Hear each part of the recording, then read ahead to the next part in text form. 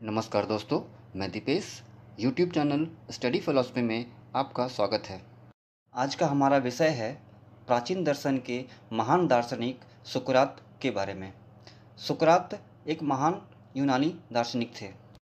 सुकरात के दर्शन का चर्चा करते हैं। सुकरात का दर्शन ऐसे तत्व शामिल होते हैं जो सबसे बुनियादी आधार पर परस्पर जुड़े होते हैं।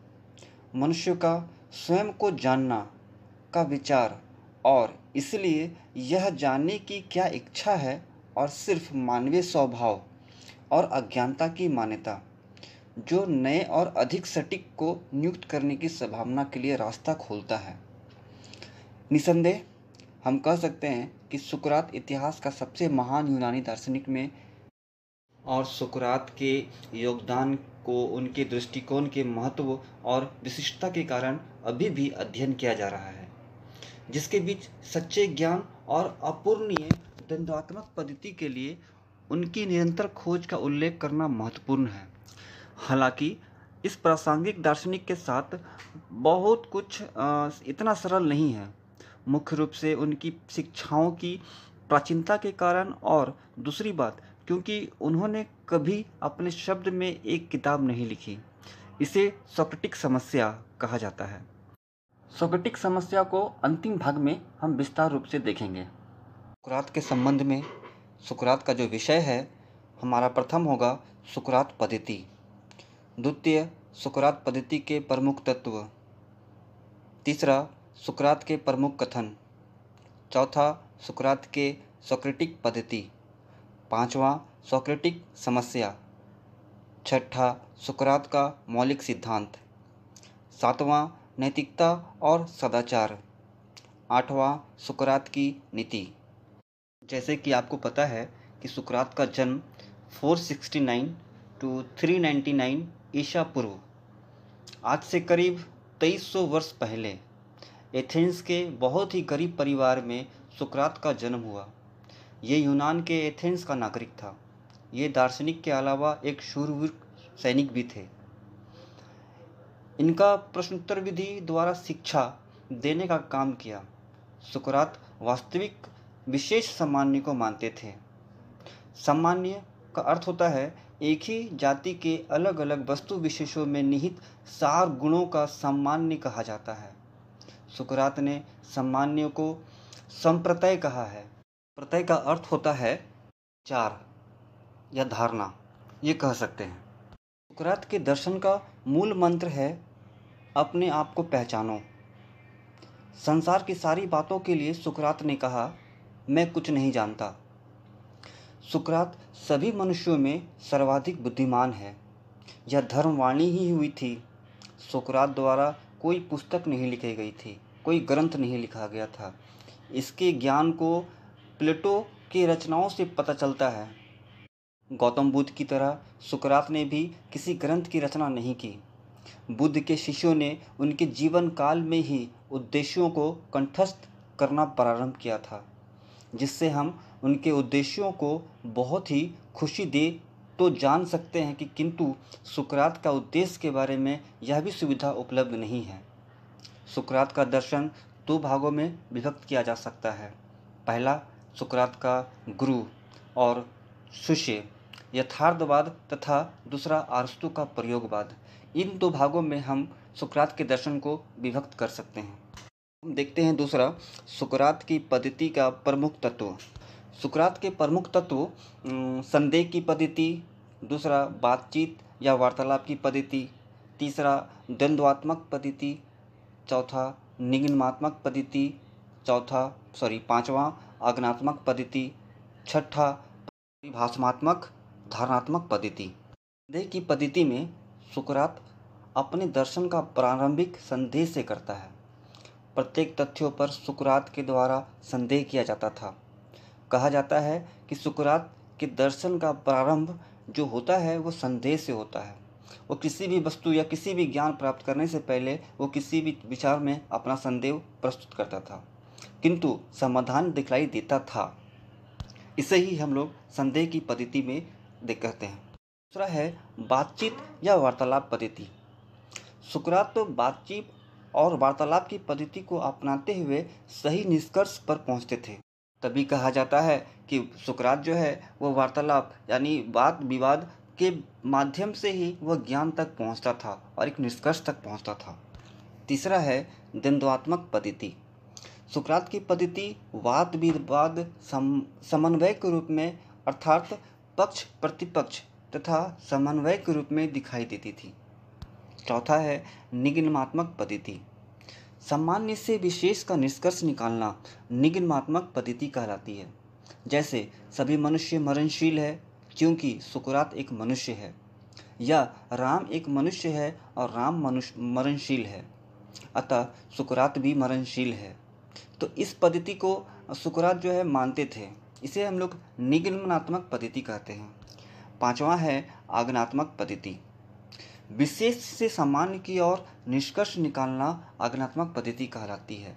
जैसे एक कौवा, दो कौवा, तीन कौवा काले हैं, अतः सभी को काले कहते हैं। ये आगमनात्मक पद्धति है। इसमें विशेष ज्ञान से सामान्य की ओर निष्कर्ष निकाला जाता है, और इससे पहले जो निगमनात्मक पद्धति में कहते हैं वो सामान्य से विशेष की ओर जाते हैं और आगमनात्मक में विशेष से सामान्य की ओर जाते हैं। ये बहुत बड़ा विषय है, मैं इसके बारे में चर्चा करूंगा आगे। फिलहाल मैं आगे देखता हूँ। आगे देखते हैं सुकरात के प्रमुख कथन के बारे में। सुकरात का प्रमुख कथन में उन्होंने कहा है, मुझे अपने अज्ञान का ज्ञान है। दूसरा कहता है, मैं कुछ नहीं जानता। तीसरा कहते हैं, ज्ञान ही सद्गुण है। चौथा, ज्ञान ही सद्गुण है और सद्गुण ही ज्ञान है। सुकरात के अनुसार सद्गुण पहला सद्गुण है ज्ञान, परंतु यह ज्ञान से तात्पर्य आत्मज्ञान से है, अर्थात ऐसा ज्ञान जिससे आत्मा की संतुष्टि मिले, ना कि इंद्रियों को। अब आगे देखते हैं सुकरात की सोक्रेटिक पद्धति। सोक्रेटिक पद्धति एक संदेह की पद्धति है। जैसे मैंने पहले भी कहा है कि सुकरात जो है वह अपने सिद्धांत में संदेह से करते हैं। संदेह अर्थात वो कोई भी चीज़ को, कोई भी वस्तु को जानने से पहले किसी भी वस्तु पर वो संदेह करते हैं, उसके बाद वो निष्कर्ष के द्वारा वो अपने ज्ञान को प्राप्त करते हैं। दूसरा, सोक्रेटिक पद्धति प्रश्न उत्तर पद्धति थी जिसका शिक्षात्मक महत्व था। नेक्स्ट, सोक्रेटिक पद्धति प्रत्यात्मक अथवा परिभाषात्मक आत्म है। नेक्स्ट, इस पद्धति के मुख्य विशेषता हमारे प्रतिदिन के अनुभव से है। सोक्रेटिक पद्धति आगमनात्मक के साथ निगमनात्मक भी है। अब हम आगे देखते हैं सोक्रेटिक समस्या। इसे बढ़िया से आप लोग सुनेंगे, क्योंकि सोक्रेटिक समस्या ऐसे शिक्षावाद और दार्शनिक के बीच एक बनी सहमति से है। सुकरात का आंकड़ा और परिणाम स्वरूप उनकी सभी सोच पूरी तरह से उनकी अपनी नहीं हो सकती है। सुकरात ने भी उनके दर्शन के पाठ में शामिल नहीं किया गया है, और उनके बारे में लिखी गई एक ही चीज़ उनके अनुयायियों के उत्पाद से है। जैसे प्लेटो और जेनोफन, कई विचारकों ने यह कहने का साहस किया कि प्लेटो यहाँ तक कि सुकरात को अपने विचारों में रखने के लिए आए थे। विशेष रूप से आखिरी पुस्तक में उन्होंने लिखा था।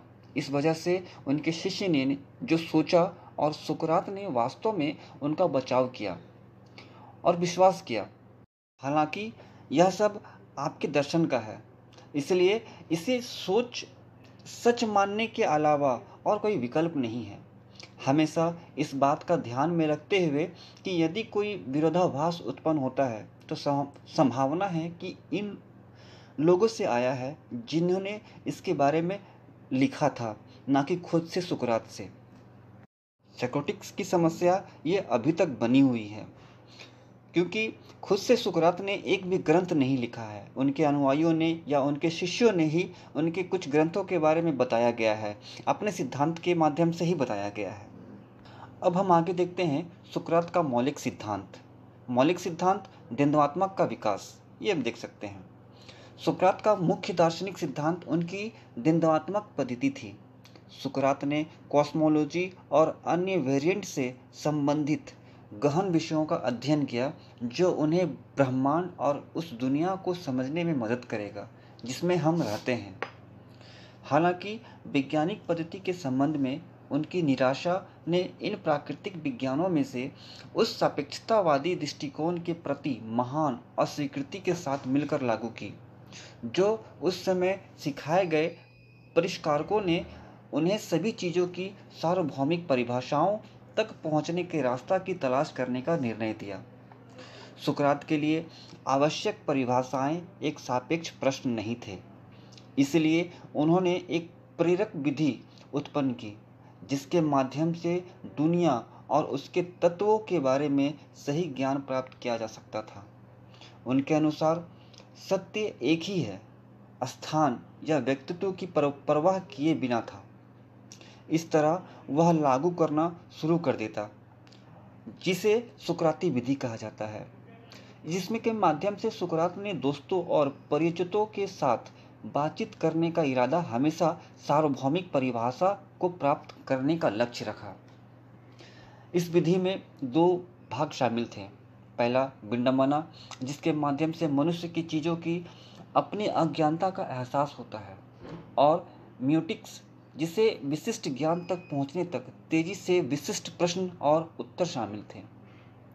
सुकरात के लिए यह बेहद जरूरी थी कि व्यक्ति अपना अज्ञानता को पहचानने, क्योंकि इस कदम के बिना सच्चाई के लिए कोई जगह नहीं होगी। जिस व्यक्ति के साथ वह बातचीत कर रहा था, उसने किसी विषय पर अपनी अज्ञानता स्वीकार कर ली थी। सुकरात उन सवालों के जवाब देने के लिए समर्पित था जो उसके साथी ने अपने स्वयं के उत्तर दिए। हर बार अधिक मुख्य विषयों का निर्धारण करते हुए सुकरात ने अपने जीवन के शेष समय के लिए इस द्वंद्वात्मक पद्धति का इस्तेमाल किया। प्लेटो की लगभग सभी पुस्तकों में यह स्पष्ट है, जो उनके शिक्षक के विभिन्न विषयों के बारे में विभिन्न पात्रों के साथ संवाद करने का प्रतिनिधित्व करते हैं, जिन्हें वे परिभाषित करने की कोशिश कर रहे थे। यह था हमारा सुकरात का मौलिक सिद्धांत। अब हम आगे देखते हैं नैतिकता और सदाचार। सुकरात के लिए नैतिकता मनुष्य के जीवन का आधार थी। अगर आदमी को पता था कि वह अच्छा, सुंदर और निष्पक्ष है, तो वह किसी अन्य तरीके से कार्य नहीं करेगा, लेकिन इस वंश के परिणामों का प्रचार और उत्पादन करने वाले कार्यों का अंजाम देगा। जहाँ यूनानी दार्शनिक अपनी विडंबना और नैतिकता के लिए पहचाना गया था, साथ ही साथ वह इन मुद्दों के बारे में अपनी अज्ञानता के बारे में स्पष्ट जागरूकता रखने के लिए था, जिनसे वह निपटता था। यहाँ से द्वंद्वात्मक पद्धति का उपयोग होता है, जिसमें वह हमेशा अपने संवाद भागीदार थे, जिन्होंने उनके सवालों का जवाब दिया। इस तरह वह अपने मित्रों को सद्गुण और ज्ञान की अपनी खोज को प्रोत्साहित करने के इरादे से अपने दोस्तों के बीच फैलाने में कामयाब रहा। इसी तरह उनका मानना था कि सच्चा आनंद नैतिक रूप से ईमानदार होने से आया था। वह यह है कि केवल नैतिक आदमी ही वास्तव में सुखी जीवन जी सकता है। अंत में सुकरात ने इस विचार का बचाव किया कि एक सार्वभौमिक मानव स्वभाव था, समान रूप से सार्वभौमिक मूल्यों के साथ, कि हर आदमी दिन प्रतिदिन नैतिक कार्य करने के लिए एक मार्गदर्शक के रूप में उपयोग कर सकता है। इस सुकराती सिद्धांत का सबसे महत्वपूर्ण हिस्सा उस निरंतर और सीधे स्वभाव को जानने के लिए व्यक्तित्व की इच्छा और पहल थी, जिसमें नैतिकता और सदाचार उजागर था। और अंतिम भाग में हम देखते हैं सुकरात के नीति विचार। सुकरात के लिए विचारों और चीज़ों का सच्चा सार एक ऐसी दुनिया से है जो केवल बुद्धिमान व्यक्ति तक ही पहुंच सकता है। इसलिए उन्होंने दृढ़ता से एक स्थापित स्थिति बनाए रखी, जिसके अनुसार दार्शनिक एकमात्र व्यक्ति था जो शासन करने के लिए फिट था। लोकतंत्र से सहमत सुकरात एक विवादास्पद मुद्दा है या नहीं? हालांकि यह बहुत स्पष्ट है कि प्लेटो ने सरकार के इस रूप की आलोचना की, लेकिन यह निश्चित नहीं है कि सुकरात की राय सम्मान होगी। यह बहुत संभव है कि लोकतंत्र के खिलाफ बाद में किए गए कई वाक्यांश और वाक्य केवल प्लेटो के रचनात्मक उत्पादक थे।